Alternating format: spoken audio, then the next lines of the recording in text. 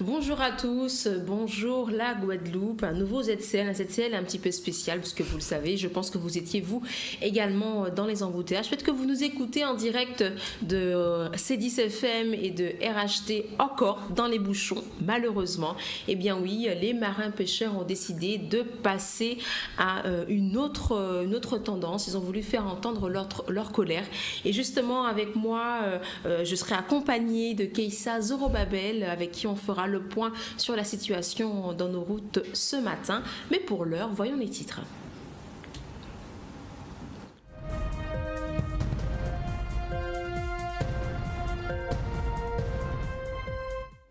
Je vous le disais, le pont de la Gabarre bloqué par des pneus, celui de Fonsarail obstrué. Les marins pêcheurs ont donc décidé de paralyser l'île ce matin pour montrer leur mécontentement en demandant une rencontre immédiate avec le président de région.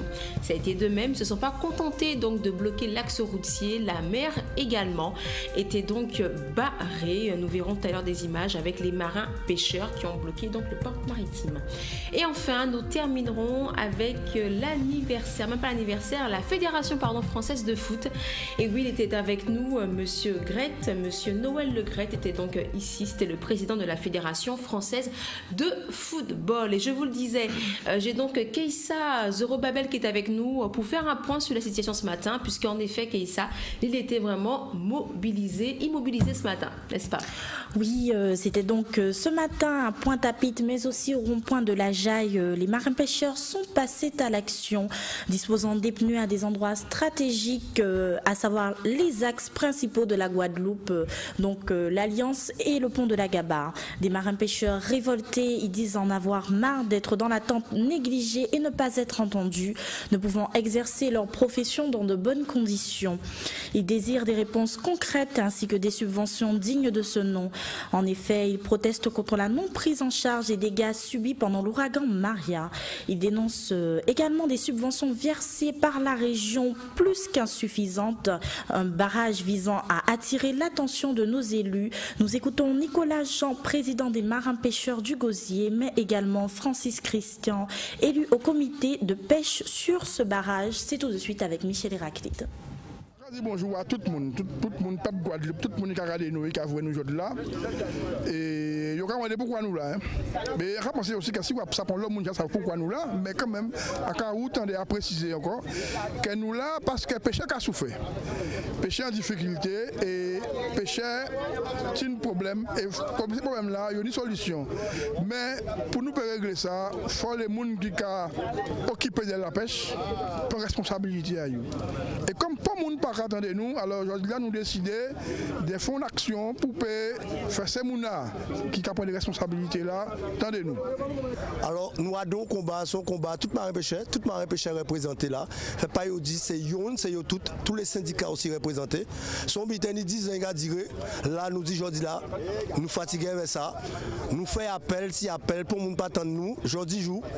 Nous dit nous allons faire action. C'est vrai que ça qui dérange la population guadeloupéenne. N'a pas faute en nous.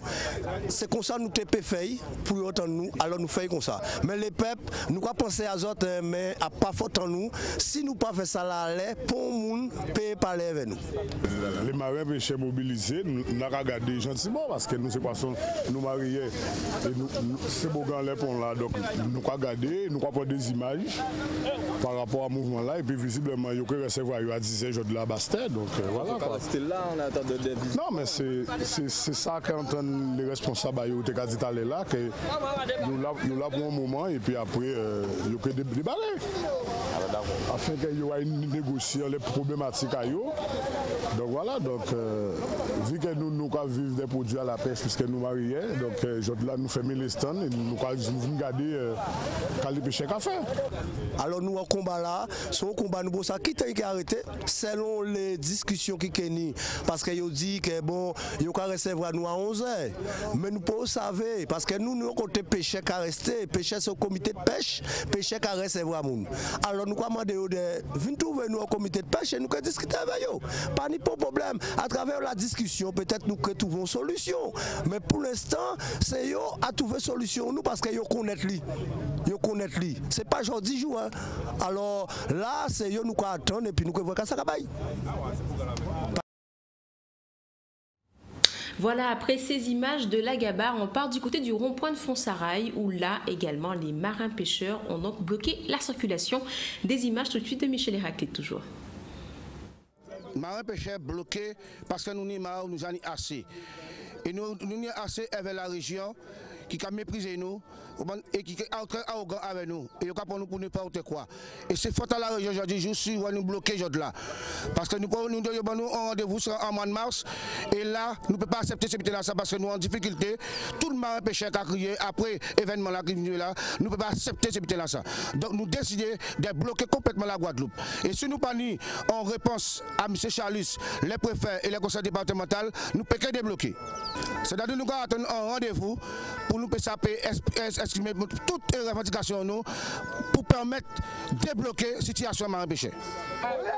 Guadeloupéens, nous commandons des autres, de supporter nous. Pas tous les autres collègues, des vrais nous avons bloqués. Nous avons une situation catastrophique. Nous avons l'homme en précarité. Dans la pêche, c'est vraiment la mort. Et nous commandons la mort de la pêche. Alors si nous barrons aujourd'hui là, à pas pour n'importe quoi, nous ne pas barrer comme ça. Nous ne barrer pas pour une situation qui est délicate et qui est difficile. Alors essayez, aidez-nous. Bon, nous force là, au lieu de trouver emmerdés. C'est pas facile, mais quand c'est facile, et nous pouvons barrer tout ce temps qu'il faut barrer. Bon, Guadeloupéenne, bonjour. Bon, quand nos collègues ont été dit, excusez-nous pour le barrage là, mais vraiment ça nous en difficulté même.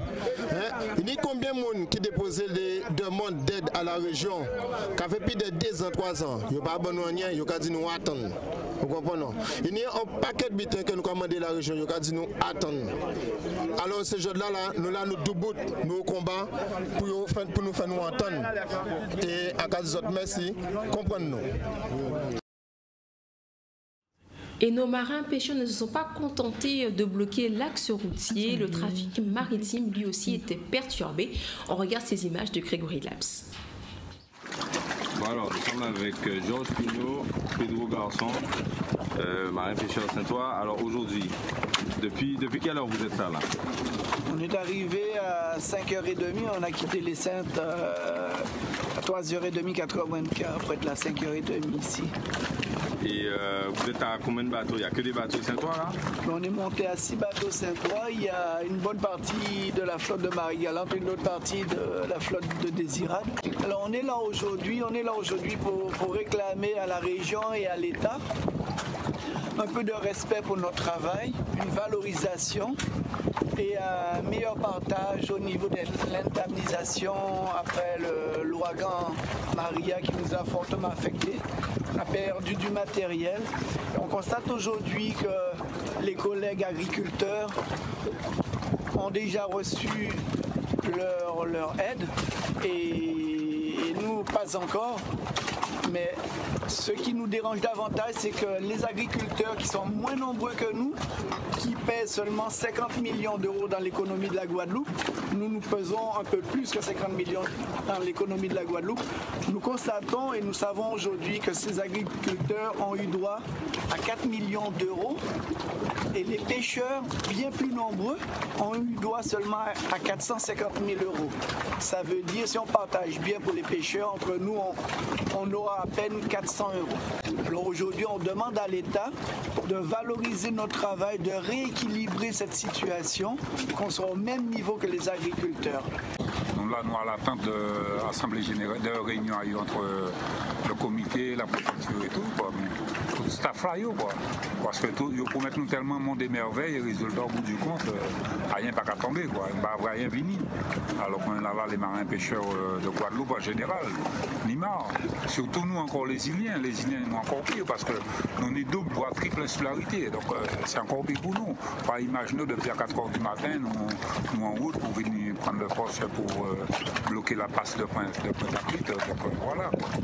On est assez, c'est la goutte d'eau qui fait déborder le vase. Donc maintenant, là c'est top. Et attention, attention, quoi, bien un avertissement, c'est que le début.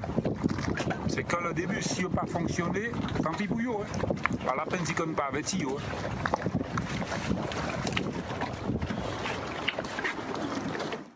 Et au moment où nous vous parlons, normalement, les marins-pêcheurs sont donc reçus au conseil régional par le président, espérant qu'une solution sera rapidement trouvée, puisque, auquel cas, nous devrions retrouver la même situation demain matin. Donc, restez à l'écoute de notre antenne pour savoir quelle suite à donner. Et nous parlons foot maintenant, puisque la semaine dernière, la Ligue de football recevait le président de la Fédération française de football, Monsieur Noël Le Great. Il était donc accompagné par 2 membres de la fédération, Monsieur Jean-Marie et Monsieur Smamsonov, pardon. Il tenait donc une conférence de presse. Ça s'est passé samedi au Yacht Club de Pointe-à-Pitre. Des images signées Maxime Morel. Fort pour notre football. Je pense que le président, en venant nous rendre cette visite, marque les liens forts que nous sommes en train de tisser avec la tutelle, notre tutelle au niveau de la Fédération française de football. Maintenant, quelle sera la répercussion après? Je pense que rencontrer le monde de l'entreprise ce matin, rencontrer la collectivité départementale, régionale, vient, je dirais, conclure un séjour qui a été très fructueux pour les problématiques de notre football. Je voulais voir comment fonctionnait d'abord les 2 ligues. La Ligue de Guadeloupe est bien organisée, elle est bien reprise par la nouvelle équipe. Il y a des projets, il y a des personnes compétentes dans toutes les directions. Je crois que la Ligue de Guadeloupe n'a pas de souci à se faire pour son avenir. Pour Saint-Martin, c'est plus compliqué parce qu'il y a tellement de choses à renouveler, à construire. La région Guadeloupe est et sera aux côtés du football guadeloupéen. Nous avons identifié actuellement plusieurs problèmes et nous espérons rapidement les accompagner à régler cela. Je crois que la Ligue a bien pris les choses en main. Il y a un plan de redressement qui s'affine, qui va être performant. Donc ceci dit, les projets, il faut faire attention, qu'ils se mettent déjà bien en place sur les 18 mois qui viennent pour le football local. Et ce n'est pas péjoratif, au contraire. Et puis ensuite, on verra. Mais on a effectivement des enveloppes qui sont à disposition pour l'investissement. Et comme vous me parliez tout à l'heure de la FIFA va avoir aussi des enveloppes conséquentes qui vont permettre effectivement à la Ligue de s'en sortir beaucoup plus rapidement que prévu. Et on termine avec ces images de Carmen. Carmen qui a fêté ses 100 ans. Voilà, c'est la nouvelle centenaire de la Guadeloupe. Elle nous vient de Petit-Bourg et Chris Kevy était là pour immortaliser cet instant. On regarde ces images. Je suis la toute dernière et je suis très contente aujourd'hui. Elle a eu ses 100 ans et je souhaite qu'elle reste plus longtemps avec nous encore. Avec la moindre santé qu'elle a, elle ne mange pas, mais elle a toutes ses bonnes volontés, elle machin. Je lui souhaite beaucoup de courage, longue vie, et qu'elle soit très longtemps avec nous, et que je l'aime beaucoup. J'ai voulu fêter ses 100 ans parce que c'est pas donné à tout le monde, et j'ai côtoyé tout le monde, j'ai vu le maire, la commune, les amis, les familles. C'était difficile à gérer, mais après j'ai dit je prends en main, et j'ai dit je fête ses 100 ans, je fais tout, je prends tout en main avec mon époux, ma fille, et j'ai vu les autres soeurs et frères, et on a dit on fait une belle fête pour elle. Il y a un beau soleil, c'est encore mieux. Nous sommes présents, comme vous le voyez, c'est pour l'anniversaire de Madame Carmen, Madame Davira, pour ses 100 ans. C'est un principe pour la municipalité de fêter chaque centenaire au niveau de la ville. Et d'ailleurs, je le précisais, il y a plus de 20 centenaires que nous avons déjà souhaités, ce qui montre que Petit-Bourg fait bon vivre. Et la particularité pour ce centenaire, c'est que c'est dans le quartier où j'ai grandi, donc je connais Carmen, elle m'a vu grandir et pour moi c'est beaucoup plus facile de pouvoir parler d'elle puisque je me rappelle beaucoup de souvenirs la concernant, puisque c'était une femme en avant-garde. Comme je l'expliquais, elle était l'une des premières femmes à faire des travaux masculins, la maçonnerie, elle montait à vélo, à cheval, donc c'était assez particulier pour l'époque et également à mobilette et autres. Et donc nous étions toujours très impressionnés, tous les enfants donc, du quartier. Et c'est avec beaucoup de plaisir de voir qu'à 100 ans, elle a toute sa lucidité, les souvenirs. Elle m'a rappelé des souvenirs, elle m'a rappelé l'anecdote par exemple, quand elle a été chercher un vélo à l'établissement Rollet avec mon père. Donc tout cela ne peut que me faire plaisir.